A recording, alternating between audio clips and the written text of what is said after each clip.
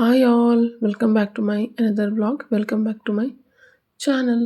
ಹೇಗಿದ್ದೀರಾ ನೀವೆಲ್ಲರೂ? ಇವತ್ತು ನಾನು ನನ್ನ ಈ ವ್ಲಾಗಲ್ಲಿ ಒಳ್ಳೆಯ ಕರಿಯ ರೆಸಿಪಿ ಜೊತೆಗೆ ಬಂದಿದ್ದೇನೆ. ವೆರಿ ಟ್ರೆಡಿಷ್ನಲ್ ರೆಸಿಪಿ ಅದು. ಯಾವುದೇ ತರಕಾರಿಯನ್ನು ಬಳಸದೆ ಮಾಡಿರುವಂತಹ ಹುಳಿಯ ರೆಸಿಪಿ ಜೊತೆಗೆ ಬಂದಿದ್ದೇನೆ. ಸಂಡಿಗೆ ಹುಳಿ ಅಂತ ಹೇಳ್ತೇವೆ ನಾವು. ಈ ಸಂಡಿಗೆ ಹುಳಿಯನ್ನು ನಾವು ಮುಂಜಿ ಉಪನಯನ ಈ ರೀತಿ ಪ್ರೋಗ್ರಾಮಲ್ಲಿ ಮಾಡ್ತಾರೆ. Very traditional recipe. ಹಾಗಾದರೆ ಬನ್ನಿ ಸ್ಟಾರ್ಟ್ ಮಾಡೋಣ. ಅದಕ್ಕಿಂತ ಮುಂಚೆ ನೀವೇನಾದರೂ ನನ್ನ ವಿಡಿಯೋನ ಫಸ್ಟ್ ಟೈಮ್ ನೋಡೋದಾಗಿರಲಿ, ನನ್ನ ಈ ವ್ಲಾಗ್ ನಿಮಗೆ ಇಷ್ಟ ಆಗಿದ್ದಲ್ಲಿ ಲೈಕ್, ಶೇರ್, ಸಬ್ಸ್ಕ್ರೈಬ್ ಮಾಡಿ ಫ್ರೆಂಡ್ಸ್.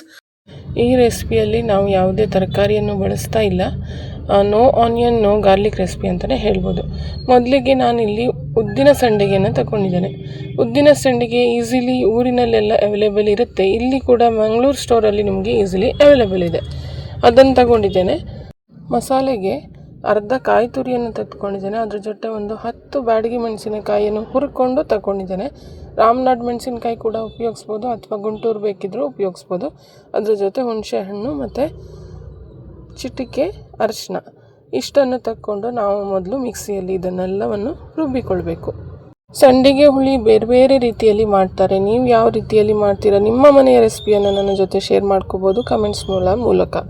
ಮೊದಲಿಗೆ ನಾನು ಇದನ್ನು ಚೆನ್ನಾಗಿ ರುಬ್ಬಿಕೊಂಡು ಒಂದು ಚಿಕ್ಕ ಒಗ್ಗರಣೆ ಪ್ಯಾನಲ್ಲಿ ಪೀಸಸನ್ನು 2 ಫ್ರೈ ಮಾಡ್ಕೋಬೇಕು.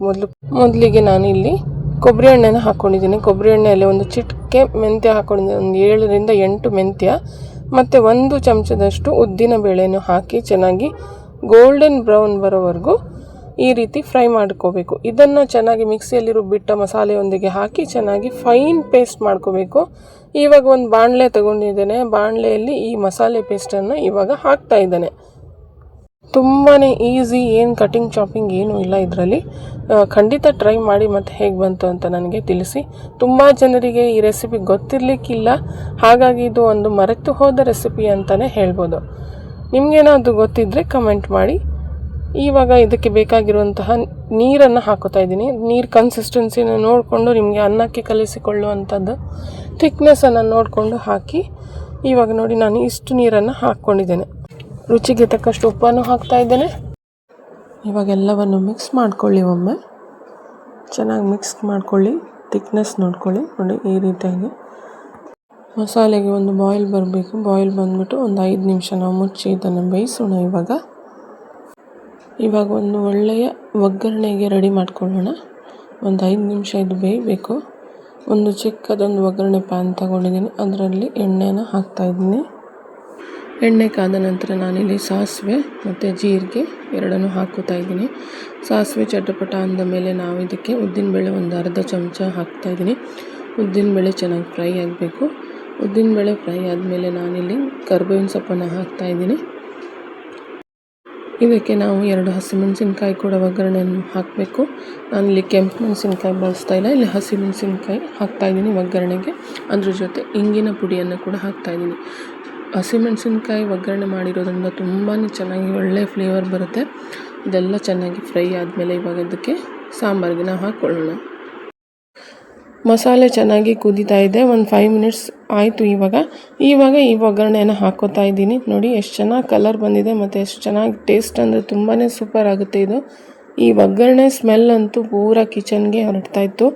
ತುಂಬಾ ಚೆನ್ನಾಗಿರುತ್ತೆ. ಖಂಡಿತ ಟ್ರೈ ಮಾಡಿ ನೋಡಿ. ಇವಾಗ ಈ ಸಂಡಿಗೆ ಪ್ಯಾಕೆಟನ್ನು ನಾನು ಮಂಗಳೂರು ಸ್ಟೋರಲ್ಲಿ ತಗೊಂಡಿದ್ದೆ. ಇದು ಉದ್ದಿನ ಸಂಡಿಗೆ, ಉದ್ದಿನ ಮತ್ತು ಹಸಿಮೆಣಸಿನ್ಕಾಯಿ ಕುಂಬಳಕಾಯಿ ಹಾಕಿರುವಂತಹ ಸಂಡಿಗೆ. ಇದನ್ನೀಗ ಕಾದ ಎಣ್ಣೆಯಲ್ಲಿ ಫ್ರೈ ಮಾಡ್ಕೊತಾ ಇದ್ದೇನೆ. ಚೆನ್ನಾಗಿ ಈ ರೀತಿಯಾಗಿ ಗೋಲ್ಡನ್ ಬ್ರೌನ್ ಬರೋವರೆಗೂ ನಿಮಗೆ ಎಷ್ಟು ಸಂಡಿಗೆ ಅಷ್ಟು ಬೇಕೋ ಒಂದು ಸಾರಿಗೆ ಅಷ್ಟು ಸಂಡಿಗೆನ ಹಾಕ್ಕೋಬೇಕು. ನಾನು ಒಂದು 2 ಮುಷ್ಟಿ ಸಂಡಿಗೆ ಅಷ್ಟು ಹಾಕ್ಕೋತಾ ಇದ್ದೀನಿ ಆ ಗ್ರೇವಿಗೆ. ನಮ್ಮ ಅಜ್ಜಿ ಇದು ಉದ್ದಿನ ಸಂಡಿಗೆ ಇಲ್ಲ ಅಂದರೆ ಉದ್ದಿನ ಹಪ್ಪಳ ಕೂಡ ಹಾಕಿ ಈ ರೀತಿ ಸೇಮ್ ಪ್ರೊಸೀಜರಲ್ಲಿ ಕರೆದುಬಿಟ್ಟು ಕೂಡ ಈ ಗ್ರೇವಿಗೆ ಹಾಕ್ತಾಯಿದ್ರು. ಸಂಡಿಗೆ ಎಲ್ಲ ಕರೆದುಕೊಂಡಾಗಿದೆ. ಇವಾಗ ಈ ಸಂಡಿಗೆಯನ್ನು ಕರೆದಿರುವಂತಹ ಸಂಡಿಗೆನ ಇದಕ್ಕೆ ಹಾಕೋತಾ ಇದ್ದೀನಿ ನಾನು. ನೋಡಿ ಈ ರೀತಿಯಾಗಿ ಎಷ್ಟು ಚೆನ್ನಾಗಿ ಕಾಣಿಸ್ತಾ ಇದೆ. ಇದನ್ನು ಇವಾಗ ಒಂದು ಬಾಯ್ಲ್ ಬಂದರೆ ಮುಗೀತು, ನಮ್ಮ ಸಂಡಿಗೆ ಹುಳಿ ರೆಡಿ ಆಗುತ್ತೆ. ನೋಡಿ ಎಷ್ಟು ಚೆನ್ನಾಗಿ ರೆಡಿ ಆಗಿದೆ. ಗ್ಯಾಸ್ ಆಫ್ ಮಾಡ್ತಾ ಇದ್ದೀನಿ. ನೀವು ಇದನ್ನು ಖಂಡಿತ ಟ್ರೈ ಮಾಡ್ತೀರಾ ಅಂತ ನಾನು ಭಾವಿಸ್ತೀನಿ.